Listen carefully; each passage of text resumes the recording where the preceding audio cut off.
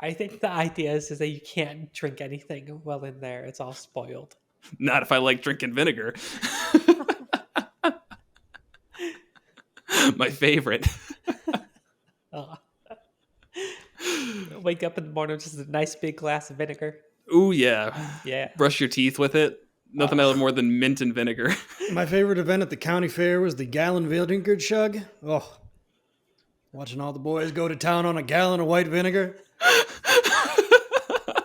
Welcome to Monsters and Multiclass, your Dungeons and Dragons fix. I'm Ellie. Jared Mornigal. And I'm Will Mogan. And on this episode, we are taking a look at mummy lords and mummies to a lesser extent.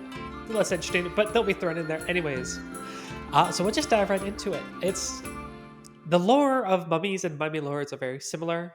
Everyone kind of understands what a mummy is. It's an embalmed and entombed person to keep them from rotting. And then in the D&D world, this was done with done in a ritualistic manner with dark marks on the bandages, and it animates them to serve as protectors of ancient tombs and treasures and things like that. It's often kind of seen as a punishment. Like they'll do this for murderers and uh, enemies. Unfortunately, sometimes they'll hire slaves to do this too.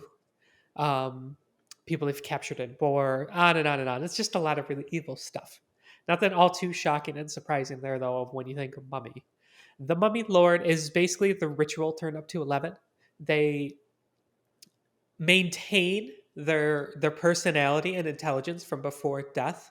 So they are generally more intelligent and can craft more plans. They also gain some dark powers in the forms of spellcasting, legendary actions, some really, really cool legendary actions. We'll get to that, but these guys have the coolest fucking legendary actions. Usually legendary actions like, oh, they get to take an extra attack or move half their speed. These guys are like turning into dust and sand and blinding the party. And Or you get the dragons where it's like they can scan the room and see if anyone's hiding. It's like, right? oh wow, cool. World mummy mallards get whirlwinds of sand and channel negative energy. Yeah, So we'll get to all that. yeah, it's what legendary actions should be. Yes, very cool stuff. Mummy lords they're basically immortal. They're kind of like liches in that sense, I guess, almost immortal.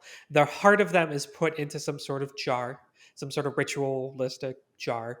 And as long as that heart still exists, the mummy's lords will reform within 24 hours next to the next to the heart, actually. So to permanently kill the mummy lord, you have to kill their heart.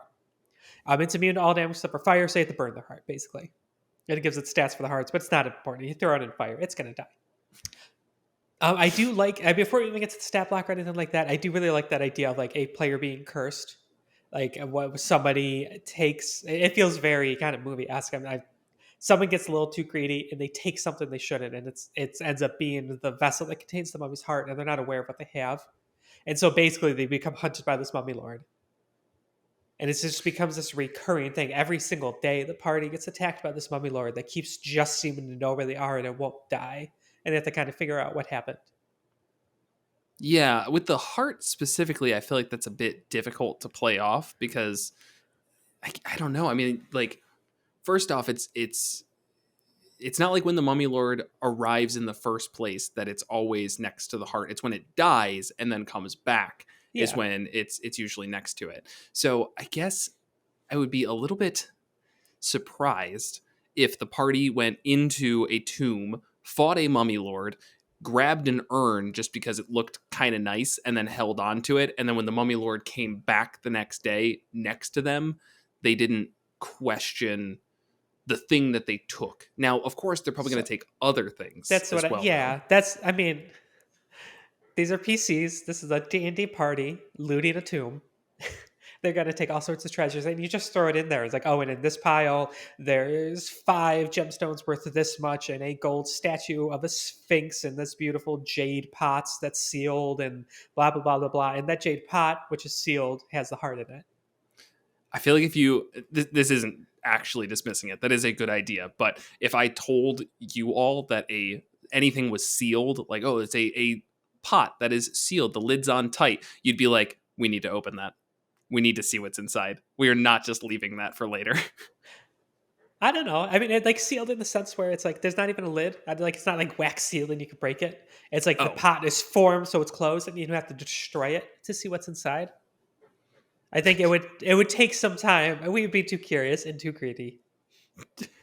It would take some time before we somebody would be like, before we let's smash destroyed that. it. Yeah, yeah. Regardless, I mean, you don't want this to go on for too long, anyways. I No, mean, how many because it times is can you fight challenge the Mummy rating Lord? 15, right? Right. It's like, can we get to something else? We killed the Mummy Lord 6 times already, and the DM's like, Sure. maybe they'll check that pot tomorrow. Sure. Um, Another little bit of flavor. A lot of people will be willingly become mummy lords, like emperors. It's like I said, it's kind of like a different form of a lich, um, where emperors will have this done to them.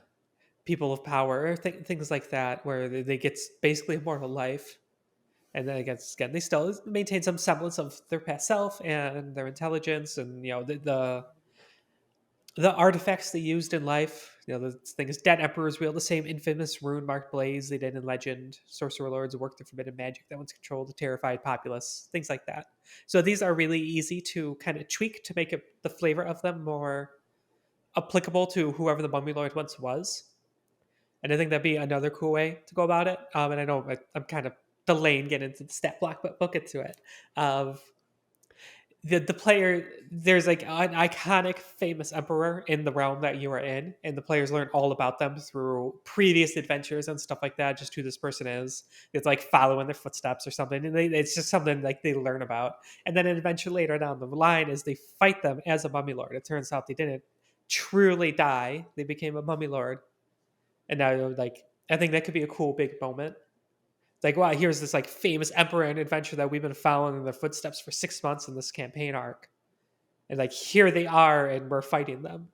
Yeah, that could be really interesting, especially because there would be lots and lots of delicious lore that the DM could create around that character that really builds up the figure, and the party Exactly. has this kind of idea of like, yeah, okay, they're important, but being able to then meet that character is something else entirely, and should be at that point pretty terrifying too.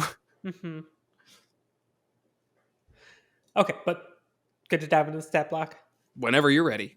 Okay, so the Mummy Lord is challenge rating 15, armor class is 17, and 97 hit points. Just has a speed of 20 feet, so it is not mobile, and its hit points are very low. We could come back to those critiques after we get through it all because there's a lot here. 18 strength, 10 dex, 17 con, 11 int, 18 wisdom, and 16 charisma. Good stats across the board. Bunch of saving throws of Constitution +8, Intelligence +5, Wisdom +9, and Charisma +8. Skills of History +5 and Religion +5. Not combat skills, obviously, but could be relevant. Damage vulnerabilities to fire, and damage immunities to necrotic, poison, and bludgeoning, piercing, and slashing from non-magical attacks. Kind of typical for these legendary creatures. Yeah. Condition immunities of... Oh, Oh, I was just gonna say, I doubt that comes up too much when you're fighting something challenge rating 15. By that point, usually everyone has a way to get around non-magical attacks being ineffective, but they can't switch weapons is something to keep in mind. Little things like right. that. Yeah. And I think most people kind of have the sense to not use necrotic and poison damage on strong undead. Usually. Yeah. All right. Condition immunities of charmed, exhausted, frightened, paralyzed, and poisoned. Sensitive dark vision out to 60 feet. And the languages it knows that are new in life. Some kind of passive features here: magic resistance. They have advantage on saving throws against spells and other magical effects. Rejuvenation. A destroyed mummy lord gains a new body in 24 hours if its heart is intact, regaining all its hit points and becoming active again. Appears in 5 feet of the mummy lord's heart. So it's basically what we just talked about. Then it has spellcasting. The mummy lords are in the basic rules in the monster manual, so they're not. They don't have the new design where spellcasting is like part of multi attack or anything like that. They just have spell casting. The mummy, they're a 10th level spellcaster. Spell save DC of 17 and +9 to hit. Then they have the following cleric spells prepared, and I guess we could just kind of hit some highlights. They have 2 cantrips of Sacred Flame and Thaumaturgy. That's it. That's Command. the Yeah. highlight. First level spells, Command is a good one. Guiding Bolt. Hold Person as a 2nd level spell. Spiritual Weapon. I like Spiritual Weapon. Yes, the I mean spell it's cleric magic. spells, yeah, Yeah, which is kind of interesting. I mean, it says the spell casting they get is from the dark gods. That's where they're granted it. So cleric makes sense. It's also kind of unexpected because you're fighting an undead that they would have cleric abilities. right. I really like Guardian of Faith as well, and Yeah, that's not concentration either, is it? correct. Not No. So yeah, concentration. yeah, they could have Spiritual weapon, red guardian of and faith, Faith up. Yeah, and then one other a concentration spell. And it's kind yeah. of the joy of clerics, right? It's like they have so many spells that aren't concentration. Right. And now it's time for some derailment. Like you see this really cool stuff. Like you got Guardian of Faith and Insect Plague and Spiritual Weapon, and those shouldn't be spells. The mummy should have those. It's just like the features. You mentioned it. This has not been updated. This is a perfect example of they're trying to do cool mummy stuff with spells, but it doesn't really work. In terms of being able to do cool mummy stuff, like the legendary actions definitely get it there. So it kind of it does both. It has like kind of cool baked in abilities that are very mummy esque. That was in quotes Yeah. there, and I, then I also the spell casting. I would definitely agree with Will though. I think this could probably use a Monsters of the multi-lift, sorry. Monsters of the multi-class. Our new book, which is where we've got our two books. There's the multi-classing book. What is it? Will's great big book of multi-classing, and then there's Monsters of the Multi-Class. No, okay. I was actually going to start that sentence over. I agree with Will in that I do feel like this could use a Monsters of the Multiverse facelift. There's a couple of things that just feel like it would play more smoothly if we could replace an attack for a spell. Or, as you said, if it just had these abilities instead of being spell casting. I'm kind of iffy about that. Also, the hit points, as we already kind of brought up, are super low for a challenge rating 15, and Monsters of the Multiverse did do a lot of adjustments there, usually with just across the board bump of HP. I don't think anything's had less. So things to think about if you're going to use this may be worth tweaking, and I'm sure we'll talk about it more as we go further. Right. And to round out the spells, they also get Contagion and Insect Plague and Harm, which are fun spells. Contagion's worthless, but yeah, the rest are fun. I was going to say, someone with 97 health, Contagion's kind of worthless. I mean, you could have 1,000 health, and I'd tell you not to bother using a 5th level spot on Contagion, because that's the one that the effects don't happen until 3 rounds in if they fail their Constitution saving throw. So they get poisoned, which is something, but then the rest of it just doesn't happen until they fail 3 saving throws. Yeah, I would just play it by the old rules. It happens right away, and then it will end if they get 3 successes. That's probably a healthier outlook on life. Yeah. All right, in terms of actions, they have multi-attack. They can use its Dreadful Glare and makes 1 attack with Rotting Fist. We'll start with Dreadful Glare because that's what they do first. The Mummy Lord targets 1 creature it can see within 60 feet of it. If the target can see the Mummy Lord, it must succeed on a DC 16 Wisdom save, may throw against the magic, or become frightened until the mummy's next turn. If the target fails the saving throw by 5 or more, it's also paralyzed for the same duration. The target that succeeds on the saving throw is immune to it for next 24 hours. Yeah, I mean, this is an ability. We've talked a lot recently about how Frightened just isn't very interesting, and it feels like every monster they just had to throw on an ability for Frightened. But I particularly dislike that this is part of its multi-attack, and this is something that maybe will happen the first round or something. Either they become frightened or they become paralyzed, or they succeed against it, and then they don't think about it again at all. So why does it even need to be a part of their multi-attack when they're probably going to use this once, maybe twice? Well, it's got 97 hit points. That's going to be once. Yeah. But here's what I will say. We all kind of agree Frightened sucks. Yeah. I like it as a lower form of a worse condition. So the failing by 5 or more and getting paralyzed, if you know, the lesser is Frightened. I like that as a alternative to just Frightened. Frightened sucks. Sure. I like that as well for the paralyzed, but basically it's a DC 11 to not get paralyzed. Challenge rating 15. That's a really low DC. Sure. And then once you succeed, you're immune to it for 24 Right, hours. and even if you fail, it's just one round. Yep. It's just not that interesting.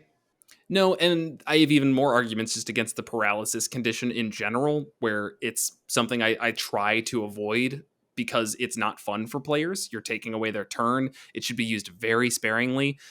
And if somebody is a low wisdom barbarian and they fail 3 turns in a row, they're just going to get kind of bored. It's not going to be the fun fight that you hoped it would because they're challenged. They're going to feel like this one dice roll is affecting my entire ability to participate in this combat. Right. And if you have a -1 modifier, I mean, that's basically a 50-50 chance of getting that 11. Or sorry, of getting 10 or lower, basically is what I meant. Okay, and then they do Rotting Fist. They just get one of these attacks. It's a melee attack, +9 to hit, reach of 5 feet. On a hit, it's 3d6 +4 bludgeoning damage, plus 6d6 necrotic damage. So an average of 14 plus 21, so quite a bit. And if the target is a creature, it must succeed on DC 16 con save or be cursed with mummy rot. The cursed target can't regain hit points, and its hit points maximum decreases by 3d6 for every 24 hours that elapse. If the curse reduces the target's hit point maximum to 0, the target dies and its body turns to dust. The curse lasts until removed by the remove curse spell or other magic. So, just a word of warning to you fledgling DMs out there. If you are going to use a Mummy Lord, maybe look to see if your party has remove curse as a spell. And if they don't, maybe check to see if they have any civilization within about 6 days, so that if by chance they fail the DC 16 Constitution save in one of these many attacks that the Mummy Lord dishes out, that they have a chance of removing it. Just something to keep in mind. I'm sure nobody's ever made that mistake before and killed somebody's character and turned them to dust, though, right? Totally not. Definitely did not happen. So I just throwing out crazy examples here. My paladin Edwig, quite a few years ago in a campaign, when like the party maybe would go just like cross the ocean to some faraway abandoned continent and face the mummy lord, and he got mummy rot, and no one had any means to take care of it. And you didn't even know you were going to fight a mummy. Yeah. And we were like, weeks away from the nearest civilization and the nearest cleric who could have removed curse. Definitely, honestly, nothing like that ever happened. The fact that I only killed one character from that was a blessing. Uh-huh. Retrospectively, that could have been a should TPK. have just killed you on the boat. Because if you're just dead, then it was stopped. Yeah, I mean, we're going to a cleric anyways. I figure you're probably going to still have mummy rot when you bring them back. It's like, hey, yeah, you'd still be cursed, but 2-for-1 special, remove curse and a raise dead, please. Sure. Yeah, so retrospectively, if your party gets mummy rot and are on an abandoned continent, specifically like 6 weeks of just raw ocean away, just stab them in the head. That was an unfortunate scenario. It was just kind of like, no, actually, here was the kicker, if I remember correctly. Hold on, let me double check something here. What are you looking up? I had removed curse. Oh, right. Yes, you were the only one who had it. But my God. You were downed by the hit. Yeah, the hit. You were regaining hit points. Yes. Yes. The hit that gave me mummy rot dropped me to 0, and I got stabilized. But you can't regain hit points with it. And my hit point maximum had to be reduced by the 3d6 every 24 hours. And so I couldn't wake up to remove curse on myself.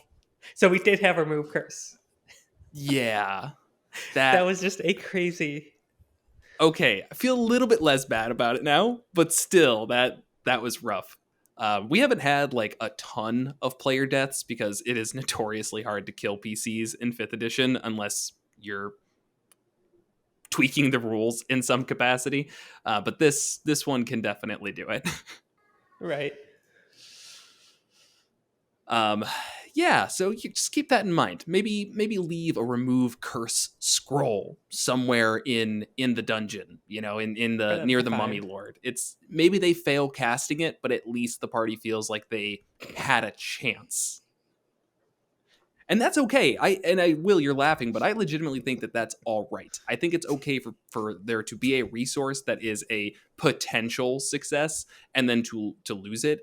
That's like it's putting another gate up, saying like, all right, you're probably on your way to permadeath, but here is this one last hope, and that's exciting. Like, it's sad, of course, if the PC dies. It's tragic, but it's always going to be a little tragic. But this at least gives that like glimmer of hope. Maybe they can cast it. Right. But no. Just died. Turn to dust.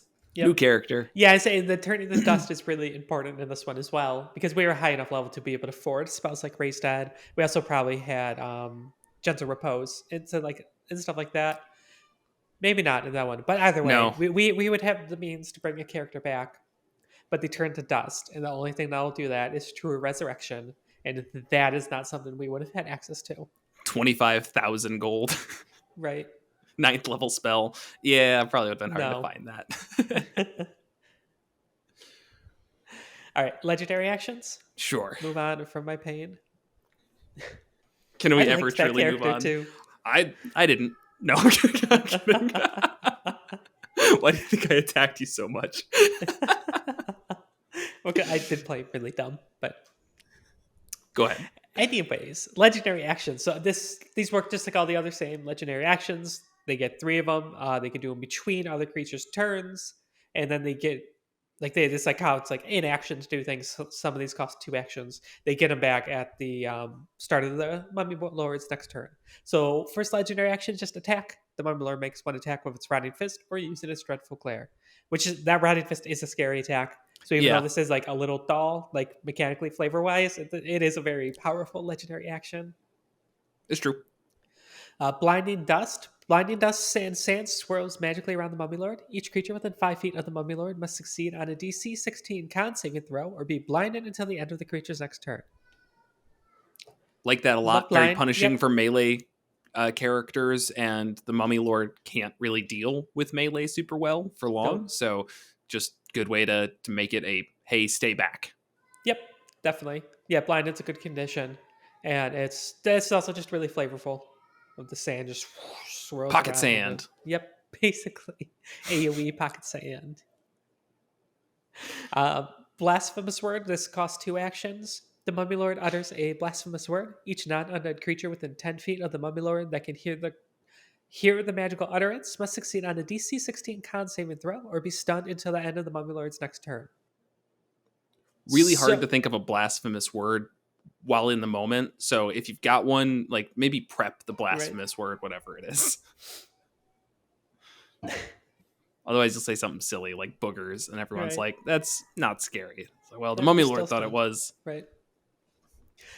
This is where you run into the same issue where you talked about paralyzed, stunned. It's taking someone out for a turn. They lose their turn. That's often just, like, in general game design, not considered to be a fun mechanic. Somebody just doesn't get to play for a little bit. So, I mean, D&D is a little different, obviously, but you do run into that. Be careful of how often you're using this to stun people. Yeah. But it does cost 2 actions, so it's only once per round anyways. If you want to make it less awful, you could always bump that down to 1 action. It's still only going to be probably once per round because it's not something you'd want to cast more than once. Just would feel silly. But bump it to 1 action and then make it the slowed under the effects of the slowed spell, because there is no slowed condition officially. But I like when things do that in place of stun. Makes it so you still have that feeling of not being able to do as much, but you're not out of the fight. Then they have channel negative energy, which costs 2 actions. The Mummy Lord magically unleashes negative energy. Creatures within 60 feet of the Mummy Lord, including one behind barriers and around corners, can't regain hit points until the end of the Mummy Lord's next turn. Probably not something you're using every single turn. Depending on party composition, this could not matter.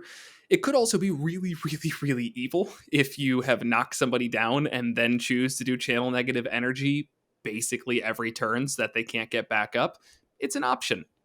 Yeah, and I mean that sounds very Mummy Lord esque. I get the impression most of these are their intention is they're very evil.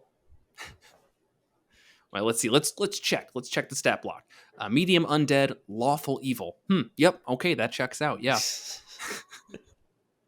And then finally, Whirlwind of Sand. This costs 2 actions. The Mummy Lord magically transforms into a Whirlwind of Sand, moves up to 60 feet, and reverts to its normal form. While in the Whirlwind form, the Mummy Lord is immune to all damage, and it can't be grappled, petrified, knocked prone, restrained, or stunned. Equipment worn or carried by the Mummy Lord remain in its possession. This is basically a get out of jail free card. They get surrounded, they use this, move away. Yeah, and this is what I would expect for a 2 action cost one. Could be used probably very frequently. I mean, you can, how do I put this? If you're worried about blasphemous words being not fun like it is, because you're going to just keep potentially stunning any of your melee combatants, Whirlwind of Sand still frustrates the players because they have to move very far. I mean, a 60 feet away is difficult for somebody to get to in one turn 90% of the time. But it gets the people thinking. It gets the players thinking about what spells can we cast that increase movement speed. Can we haste somebody? Which, hey, this is probably a time to break out haste anyways.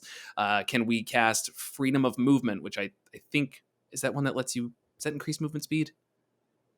Maybe it doesn't. But either way, there's things to do to increase movement speed, and that feels a little bit more interesting than just stunning somebody every time. But Whirlwind of Sand officially creates the same problem to some extent as Blasphemous Word does, where somebody is unable to do the thing that they want to do because the conditions are not right. But the difference is Whirlwind of Sand, the players have ways of working around it, whereas Blasphemous Word is roll better. I agree 100%.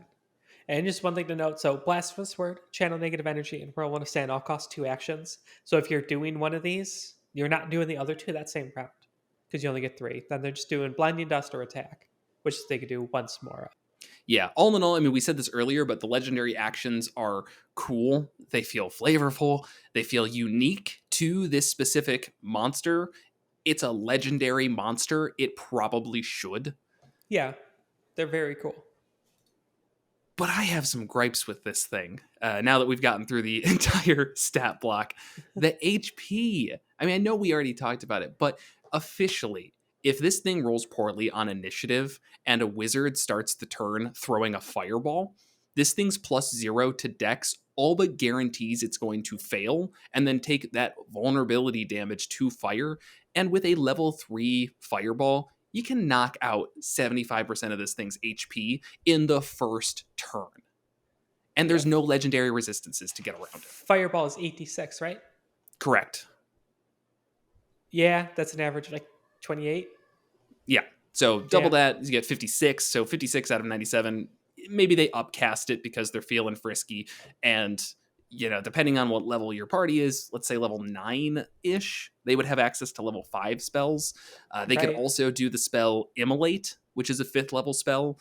And maybe they don't know that they're vulnerable to fire, but what I would know is that there's a mummy lord and there's a bunch of mummies surrounding it. And if I'm a wizard who rolled well on my initiative, there's only one option there, and it's fireball. Yes. Yeah, the standard mummies also have vulnerability to fire. And they probably have already figured that out, too, because realistically, again, they fought 1 or 2 mummies on the way to the mummy lord. Right. Unless you kept that a big hidden secret. Yeah, so these things just need more health. Not just. They need more survivability. Yes. Yeah, 1 or 2, I'll say 2 or 3 legendary resistances would help. More HP would definitely help. Better movement. They don't really have ranged capabilities at all, and they only have 20-foot speed. Well, they do have some range capabilities. That's not true. Guiding Bolt is ranged. Insect Plague is ranged. Okay, spells, sure. None of those do much damage. No, Guiding totally Bolt does when you level it up.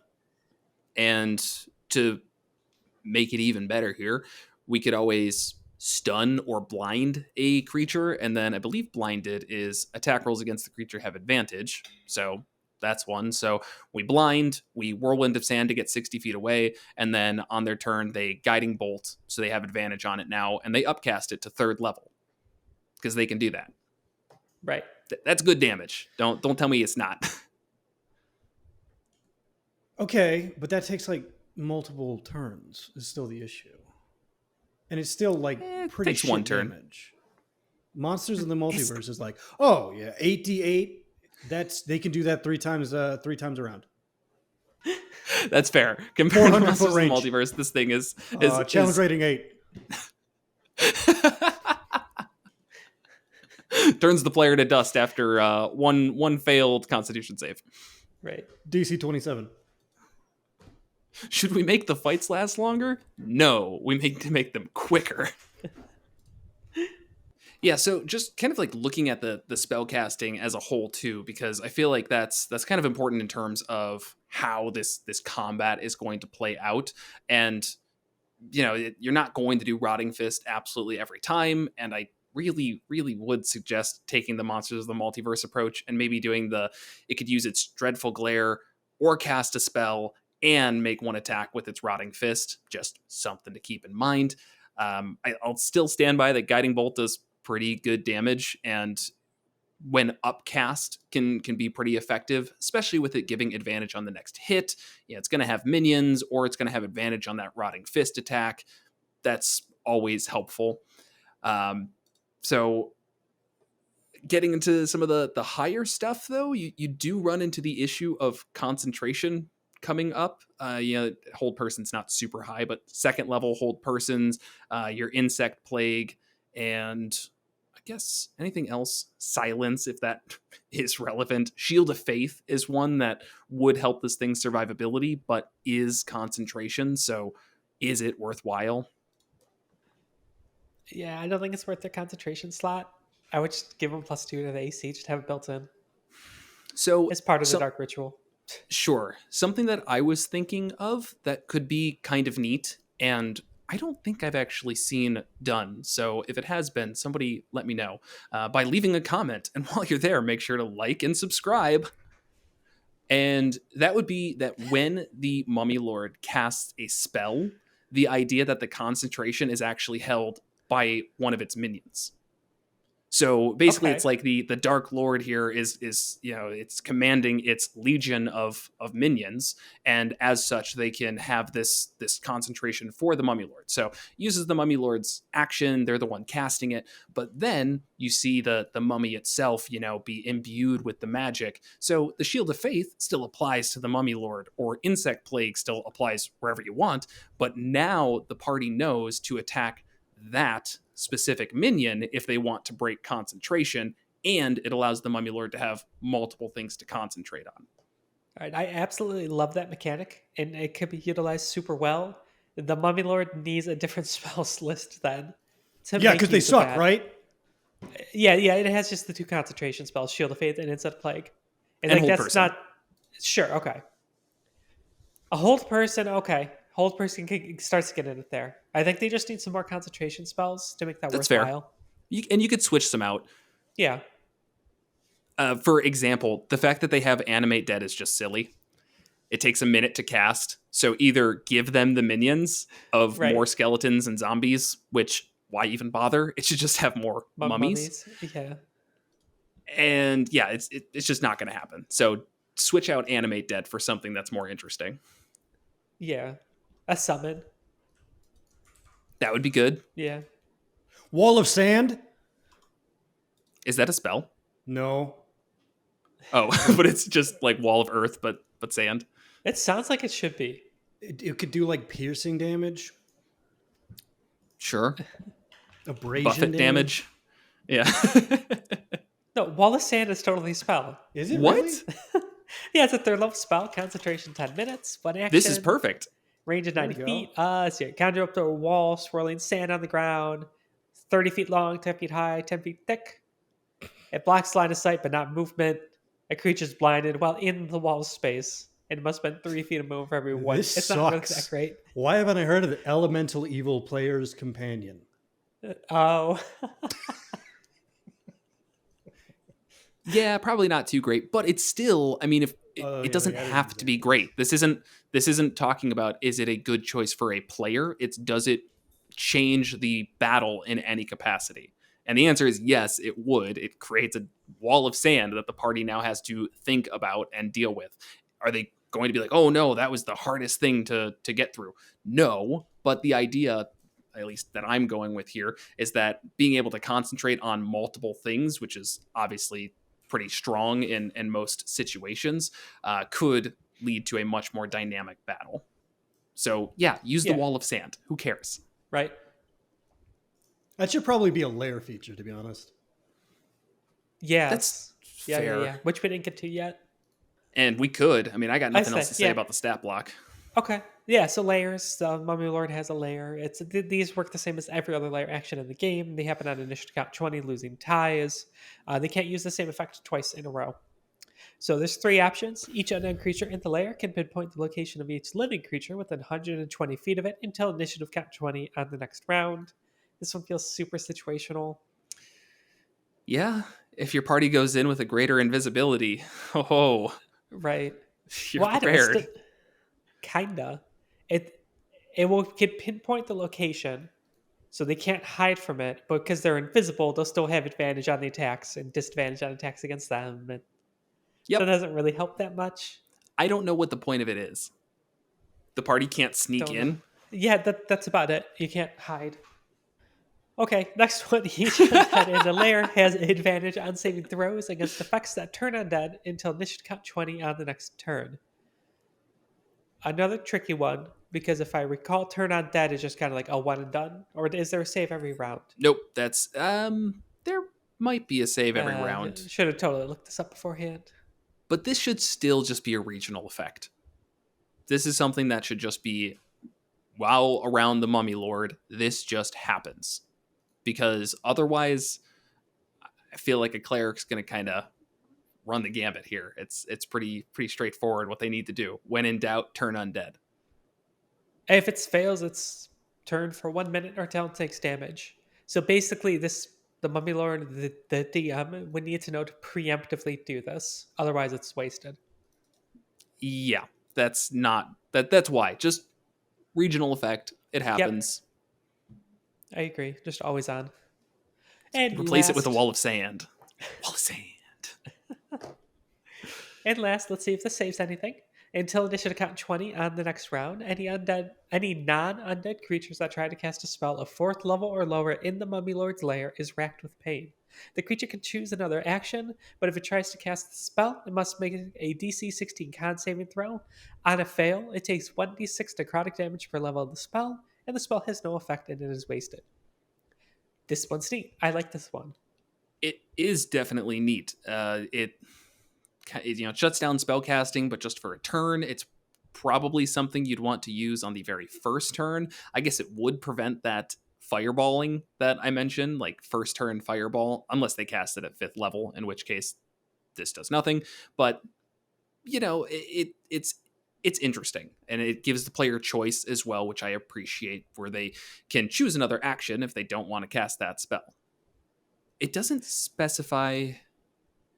I guess if it was a cantrip, would they take any necrotic damage, or would that just be 1d6? I guess, because casting a Yeah. cantrip is still casting a spell. It's just not a leveled spell. Yeah, I take it as just 1d6. So a cantrip or first level spell is 1d6. Or they probably should have worded it. They take 1d6 damage plus an additional d6 per spell level. Something like that would be good. Yeah. Yeah. But yeah, I mean, So, this should come up, which is nice. I like that compared to the pinpoint the location of each living creature thing. right. Yeah, so that's the layer actions. I find them pretty uninspired and uninteresting, except for the last one. But again, it could kind of make spellcast just make me feel kind of crappy. One of the questions I have as well is like for these layer actions, what is like physically happening? Because usually with layer actions, you want a way that the party can kind of suss out what exactly is going on and what ability is taking hold this round, especially if it's a boss fight and you're expecting to go for more than one round here. So the first one you do the magic I don't know, silencer or whatever you want to call it. How would you show that even? How would you convey to the party that this layer action has taken effect beyond the Mummy Lord? I don't know, sending out like a purple wave of energy, and then the party's supposed to just kind of know, like, oh, okay, that's the layer action for the spell. Maybe they'll learn it after they figure out if casting a spell causes them to make all these choices, blah, blah, blah. But Yeah. like, I'm not getting much flavor from them even. I wouldn't tell the party. I wouldn't broadcast it to them, let them find out the hard way. It would make it more useful. And then they're going to be really cautious about casting spells on the next round as well, even when it's safe. That's good and bad. I don't know how I feel about that. As written, I- they know. Like, it's like, oh, my brain hurts. Like, do you want to do something else? If you're a spellcaster, the answer is like no, but they're Right. given the option, That's true. Yeah. which I don't like. It should just explode your brain. It's not exploding your brain. It's not psychic damage, Will. It's necrotic. It eats your brain. Eat your brain. Yeah.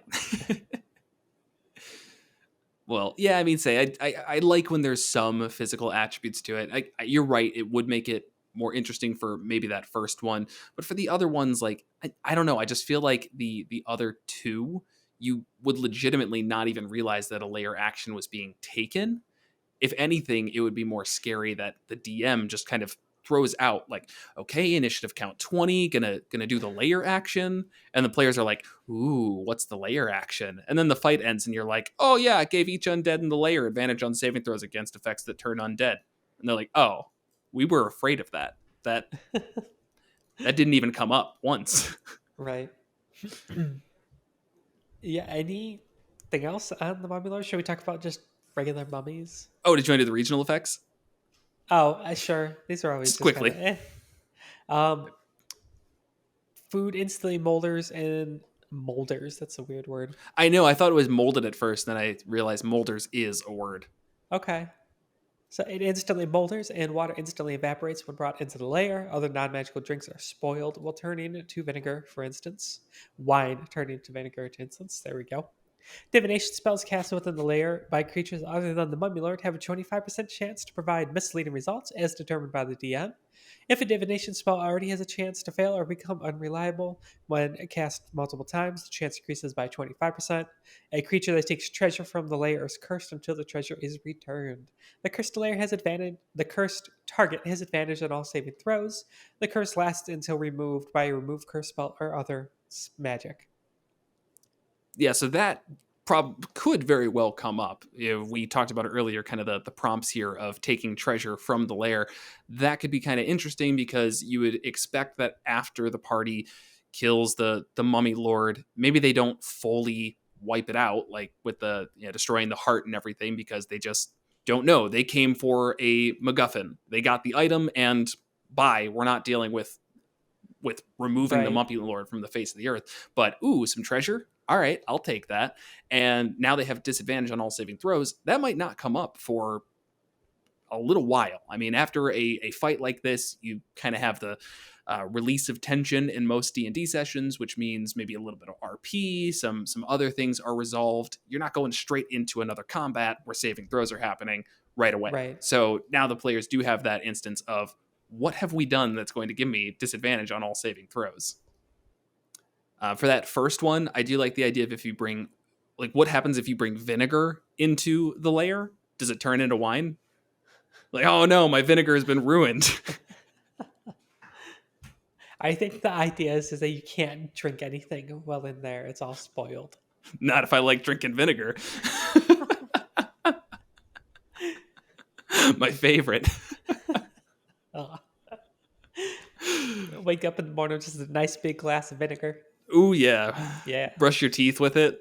Nothing else more than mint and vinegar. My favorite event at the county fair was the gallon vinegar chug. Oh, watching all the boys go to town on a gallon of white vinegar.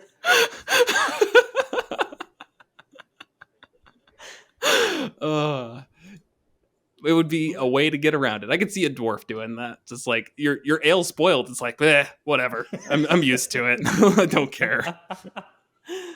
You're just drinking vinegar. Ugh, what I mean, that's basically what elves make. It won't get you drunk. Throws it away. Ah! What kind of place is this? Oh. But yes, let's talk about the minions, the mummies here, and I'll take that over Sure. for you. So pretty simple in terms of stat block, especially after talking about the Mummy Lord. They're challenge rating 3 though, which is a good spot for a minion. I hate when they're like half a challenge rating, 'cause they're basically able to be ignored. But these have an AC of 11 and HP of 58. So a little over half of the challenge rating 15 Mummy Lord's HP. Whatever. Insanity. Yeah. I do not get it at all. I don't know. Just change it. That's D&D. Oh, this is a terrible rule. Yeah, just fix it. You're the DM. Right.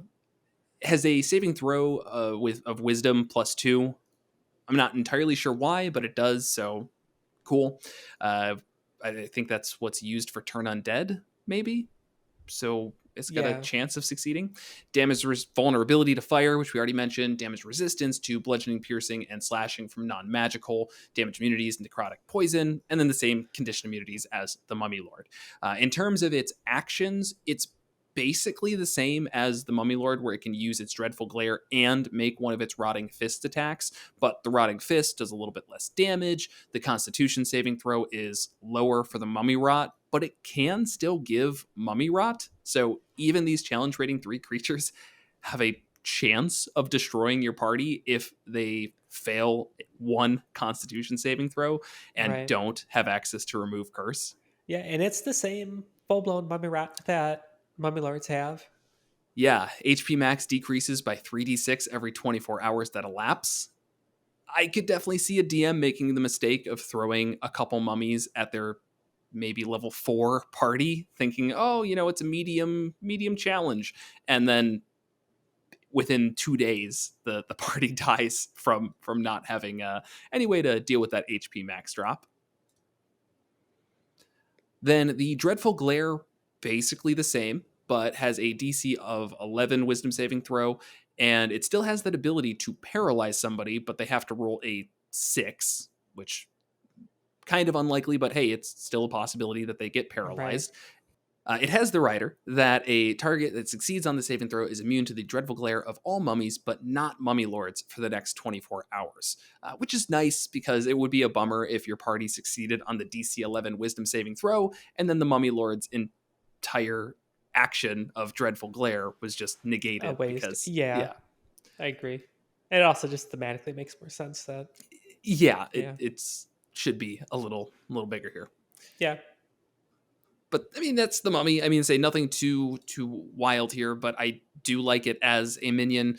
You could always change it up as well, giving them weapons and such if you wanted to for maybe your final Mummy Lord fight. I'd expect the party to fight a couple of these maybe on the way to a Mummy Lord, but I'm not sure exactly what I'd change up between those fights to make them more interesting. So I don't know, maybe use them sparingly. Yeah, I don't know. Almost by throwing just like these regular mummies at them, it almost spoils the Mummy Lord fight because they're so similar. That's a fair point. Like you almost could, you don't have to, but you could just remove the Mummy Rot portion of Rotting Fist and remove Dreadful Glare. Maybe add other things potentially to round it out. And it, as you said, it would not, in this case, spoil the Mummy Lord as severely. Right. So, I mean, let's talk about some ways to use these mummies. I mean, this is like a classic monster. So couple of different things you could do. I mentioned earlier, like the idea of getting a MacGuffin. So if the party needs to get a specific item out of this tomb, then that can be a reason why they go there in the first place. Another just basic idea of like undead have been kind of coming out of this place. People want to stop it. And then there's like the old school reason of play because it's there and who knows if there's treasure. And that honestly, for some people, I don't think our table in particular, but can be a hook in itself. And you don't need to do much more than that. There should be treasure here. There's going to be a lot of treasure. Oh And yeah, that may interest your players. yeah. If it's a mummy lord's treasure, they have to make sure they kill the mummy lord, otherwise they'll get cursed. But yeah, there's definitely Yeah. going to be treasure. And I like that too, because it forces, not really forces, but encourages the players to maybe do some research before going to this mummy lord, knowing about the mummy rot, knowing about the curse of taking treasure, and maybe they can find out about the heart and how to actually destroy it, but hinting at least at the idea that just killing the mummy lord isn't enough. There needs to be more, which allows the players to maybe after killing it start searching around, try to find something, try to find some clues. Let's you set up some lore to find things around there. If I remember when I ran this 3-4 years ago at this point, I didn't really think about that portion at all. I think I put some urns in the back and I was like, hey, there they are. And you are all like, great, we're going to smash them and burn everything. Fine. I mean, I wasn't trying to play up to it too much. Right. But, I think there's a lot of setup there to let the players explore the history and the lore and have a reason to interact with it, which can be really rewarding from a character standpoint. Mm-hmm. And then there's the setup of somebody trying to bring back the mummy lord as like a more permanent, unkillable lich. So like there's a mummy lord right now, but that's like kind of the starting point. And it's like, what if we made them even worse? So now the party has to go and destroy the mummy lord before like this ritual could be completed and they're turned into a full-on problem. Okay. And someone plays Brendan Fraser, and oh my gosh, is that the plot of the Mummy? Basically, yeah. I never paid attention to the plot. It's a fun action movie. Yeah. But... No, and it's like I said that in kind of a dismissive, making fun of way, but it would be a fun arc to play in D&D. Basically, just take inspiration from the Mummy, the movie. Yeah. Could you get Brendan Fraser to come in? All we could do is Tom Cruise. No, no.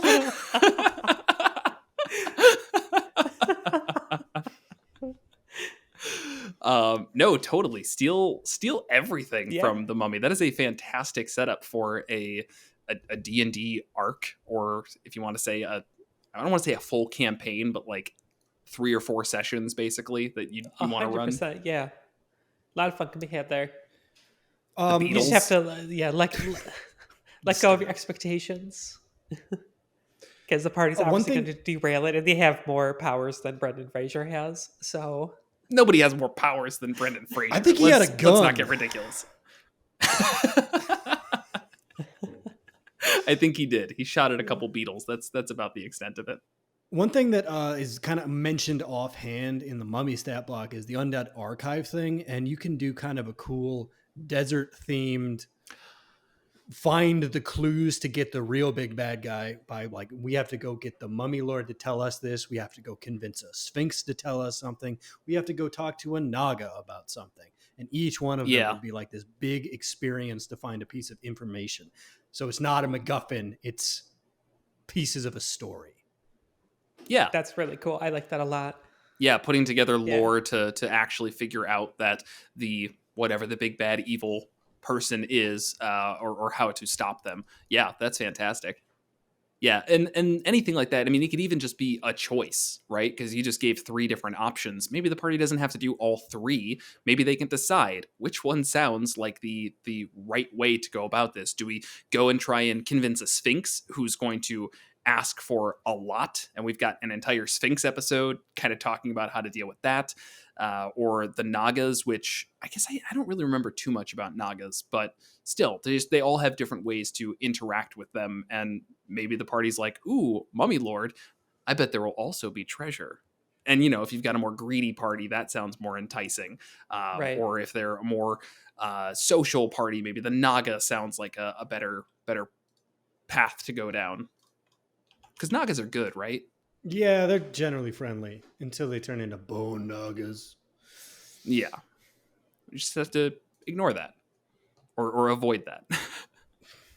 Wait, Nagas are friendly? Yeah, they're lawful good. Wise and good, the beautiful guardian Nagas protect sacred places and items of okay. magical power from falling into evil hands. In their hidden redoubts, they research spells, hatch convoluted plots to thwart evil designs of their enemies. So, I yeah, maybe totally you have had to... the image of World of Warcraft Nagas in my head. I think every time they're used, we've done a bone Naga, and that's Yeah. our only D&D association. And I think spirit Nagas are also evil, but I don't think I've ever used those personally. But either way, just again, giving them kind of the options to interact in different ways to get the same lore could be really interesting. And if your party's a bunch of evil murder hobos, maybe they try and go for the Naga, and the Naga's like, I don't trust any of you. Like, there is no way you're going to use this information for good. Get out of here. Right. But yeah, do you got more? Yeah, I was just going to say Okay. that, if in terms of like searching for this lore, this hidden lore, they may discover how to save 10% off of their orders from the Crafty Gamer using the code MM10, and You they get legitimately that. had me. Yes. It's all in the tone. I know it is. It is, yeah. I was about to say, wow, you were really inspired by this one. You just kept going with stuff. Nope. It did. You It clearly were me. inspired. You did have Yeah. a lot, but it inspires me to tell all of you to go to thecraftygamer.com and use the code MM10 to save 10% off your order of either candles that can set the mood for your D&D games, or soaps that are D&D themed and shaped like D20s. It's always cool. T-shirts, other things. And yeah, head on over there, craftygamer.com, MM10, 10% off your order. You know the deal. Oh, and I have to keep going. I said, okay, yeah. you gotta cut that. Sorry. And as usual, thank you to our patrons: Ed G, Muddawait, Brian H, Greg A, Isaac M, Jeff W, Star Shinobi, Vincent M, Bob F, Joe P, Rick D, Sensible D20, Tyler S, Gray, Barons, Adam A, Rob K, and Gray. We really appreciate the support, and if you want to support the show, you can head on over to monstersmulticlass.com/support, where you can find our Patreon, where episodes are generally released a day-ish early, and no promises, we try, but we give campaign notes of our current game that we're going through, and also, what else do we do? Notes on my thoughts generally of before we have these discussions. I take my notes, I throw them up there for people to read. Sometimes there's things in there that I don't talk about on here, because once I write the notes, I just leave them on another screen and don't look at them once. And that's it. Yeah, support the show. Like, subscribe, all those things. I already said that. And Do it again. Like it twice. Yes. And as always, thanks for watching. That unlikes the video, you dummy.